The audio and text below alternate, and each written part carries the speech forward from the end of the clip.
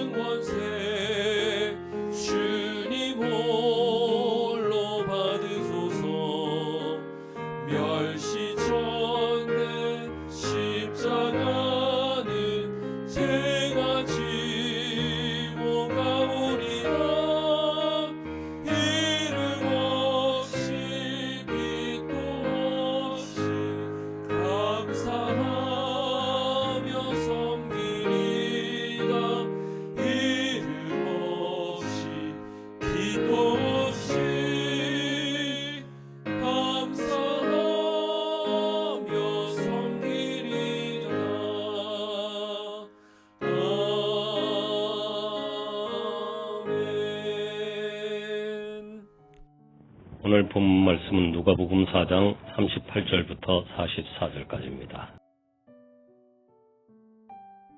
예수께서 일어나 회당에서 나가사 시몬의 집에 들어가시니 시몬의 장모가 중한 열병을 앓고 있는지라 사람들이 그를 위하여 예수께 구하니 예수께서 가까이 서서 열병을 꾸짖으신데 병이 떠나고 여자가 곧 일어나 그들에게 수종드니라.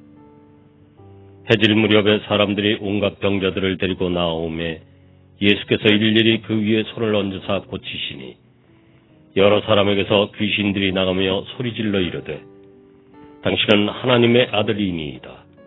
예수께서 꾸짖으사 그들이 말함을 허락하지 아니하시니 이는 자기를 그리스도인 줄 알미러라.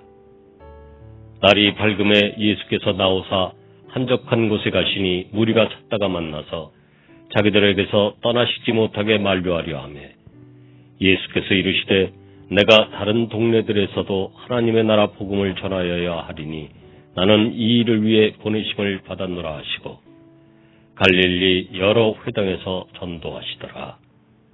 회당에서 귀신을 쫓아내신 예수님은 시몬의 집에 들어가셔서 시몬의 장모를 치유하십니다. 38절에 그런 내용이 나와 있죠. 또 39절에 보면 예수께서 가까이 서서 열병을 꾸짖으신데 병이 떠나고 여자가 곧 일어나 그들에게 수종드니라 그랬습니다. 귀신이 쫓겨남은 하나님 나라가 임했다는 증거입니다. 하나님의 나라는 하나님의 통치와 주권, 즉 주님의 권위가 실현되는 것을 의미합니다.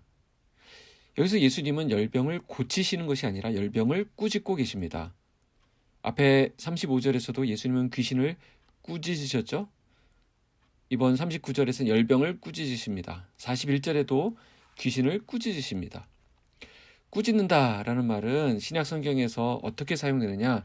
신적인 권위로 하는 경고의 의미를 담고 이 꾸짖는다라는 표현이 사용되는 것을 볼 수 있습니다. 예수님의 복음에 하나님의 권위가 나타나고 있음을 계속 보여주고 있는 것입니다. 예수님의 책망으로 열병이 시몬의 장모를 떠나가게 됩니다. 이 표현 역시 예수님의 사명이 인간을 사로잡고 있는 악한 세력에게 눌려 있는 사람을 자유하게 하는 것임을 다시 한번 입증하고 있다는 것이죠. 병에서 자유를 얻은 시몬의 장모는 일어나 주님을 섬깁니다. 신약에서 신자들의 섬김을 묘사할 때 사용하는 전형적인 단어가 이 수종들다라는 표현입니다. 시몬의 장면은 치유에 대한 감사의 표현으로 예수님의 공동체를 섬기는 역할을 감당합니다. 치유받은 여자가 섬기는 대상은 예수님만 섬긴 것이 아니라 그들에게 수종들었다라고 얘기하면서 예수님과 또 함께 있는 그 공동체를 섬겼다는 것을 말합니다. 여기서 누가는 여자의 감탄이나 어떤 여자의 발언을 언급하지 않고 그가 치유받은 이후에 섬기는 행위를 강조해서 묘사하고 있는 것은 매우 중요한 의미가 있습니다. 시몬의 장모의 섬김은 예수님의 은혜를 받은 사람들이 마땅히 보여야 할 반응에 대해서 알려주고 있는 것입니다. 예수님에 대한 모범적인 반응, 또 제자도의 핵심은 공동체를 섬기는 것이다 라는 것이죠. 오늘 나의 관심이 공동체를 향하여 있고 나의 섬김이 공동체를 향하여 있기를 주님의 이름으로 축원합니다. 이것이 바로 변화받은 하나님 앞에 온전히 서 있는 사람의 올바른 표지라고 할 수 있기 때문입니다. 41절을 보겠습니다. 여러 사람에게서 귀신들이 나가며 소리질러 이르되 당신은 하나님의 아들이니이다. 예수께서 꾸짖으사 그들이 말함을 허락하지 아니하시니 이는 자기를 그리스도인 줄 알미러라. 자, 귀신들이 예수님에 대해서 알고 있었습니다. 예수님의 복음을 알고 있었습니다. 그러나 예수님은 그들의 말함을 허락하지 않으십니다. 왜냐하면 그들은 복음과는 무관한 자들이기 때문에 그렇습니다.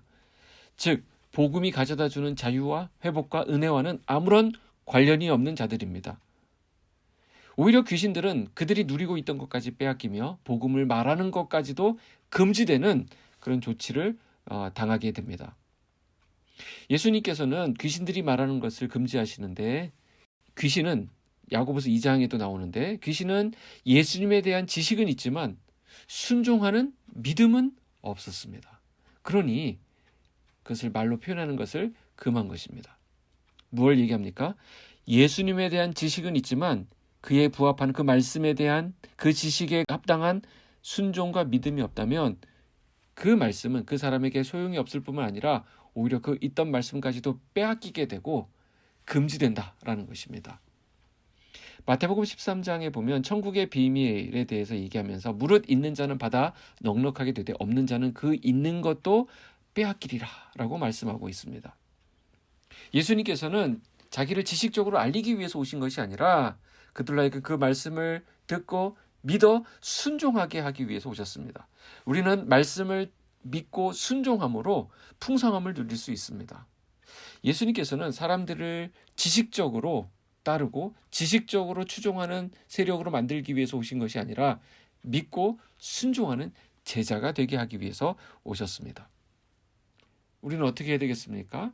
예수님을 지식적으로만 따르는 청중이 될 것이 아니라 복음을 듣고 복음에 순종하고 복음을 증거하는 자로 사는 예수님의 제자가 되어야 하겠습니다. 42절입니다. 날이 밝으면 예수께서 나오사 한적한 곳에 가시니 무리가 찾다가 만나서 자기들에게서 떠나시지 못하게 만류하려 하매. 자, 이것은 예수님을 정말로 믿어서 예수님을 필요로 해서 그런 것이라기보다는 예수님의 복음을 필요로 한 것이 아니라 복음과 함께 오는 혜택과 어떤 효과, 이것을 필요로 했다는 것을 알 수 있습니다. 근데 예수님은 거기에 목적이 있지 않으셨죠? 그래서 날이 밝자 한적한 곳을 찾아서 가셨습니다. 사역의 방향을 잡기 위해 시간을 따로 내신 것으로 보입니다. 근데 무리가 예수님을 찾아와 떠나지 말도록 만류하죠. 만류하다라는 것은 다른 곳으로 가지 못하도록 꽉 붙잡는 동작을 말합니다. 가버나움 사람들은 나사렛 사람들과 같이 자신들의 유익을 위해 예수님의 활동을 묶어두려고 한 것입니다. 가버나움만을 위한 자신들의 필요를 채우는 용도로만 예수님을 사용하려고 한 것입니다. 그러나 예수님은 다른 도시들에서도 하나님 나라를 전해야 하고 자신은 이 일을 위해서 보냄을 받았다라고 말씀을 합니다. 43절에 보시면 예수께서 이르시되 내가 다른 동네들에서도 하나님의 나라 복음을 전하여야 하리니 나는 이 일을 위해 보내심을 받았노라 하시고 갈릴리 여러 회당에서 전도하시더라.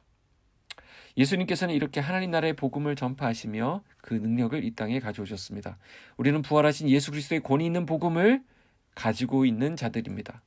비록 권위가 사라진, 권위가 없어진 그런 시대를 살아가고 있지만 우리는 복음의 권위를 우리는 붙들어야 합니다. 복음이 우리를 주장하게 해야 합니다. 그래서 그 말씀 앞에 순종하고 말씀을 따르고 말씀 앞에 나를 바꾸고 변화시키는 그 일을 우리가 치열하게 해야 한다는 것입니다. 하나님 나라가 내 안에 임하고 하나님의 다스림이 내 안에 이루어질 수 있도록 내가 오늘 하나님 손에 붙들려 하나님 왕국의 사람으로 살아갈 수 있기를 축복합니다. 기도하겠습니다. 하나님 아버지 감사합니다. 우리를 살리기 위해서 오신 주님을 묵상합니다. 베드로의 장인을 고치시고 온갖 병자들을 고치시고 귀신들을 쫓아내신 주님, 그 능력의 팔로 우리를 붙들어 주시옵소서. 우리를 얽어매고 있는 모든 악한 세력들로부터, 모든 죄악으로부터, 우리를 꼼짝달싹 못하게 하고 있는 우리 힘으로 어찌할 수 없는 그 부분으로부터 우리를 자유케 하여 주시옵소서. 하나님의 능력을 체험하는 오늘 하루가 되기를 원합니다. 하나님의 능력이 말씀 가운데 임하게 하여 주시고 절대로 바뀌지 않을 것 같았던 나의 못난 모습, 나의 오래된 잘못된 습관들이 고쳐지고 다듬어지고 하나님의 인격으로 변화되는 오늘 하루가 되게 하여 주시옵소서. 사랑하는 성도들의 모든 삶을 축복하여 주시고 우리 자녀들을 안전하게 지켜주시고 그들에게 지혜와 총명과 또 바른 꿈과 비전도 허락하여 주시옵소서. 예수님의 이름으로 기도하옵나이다. 아멘.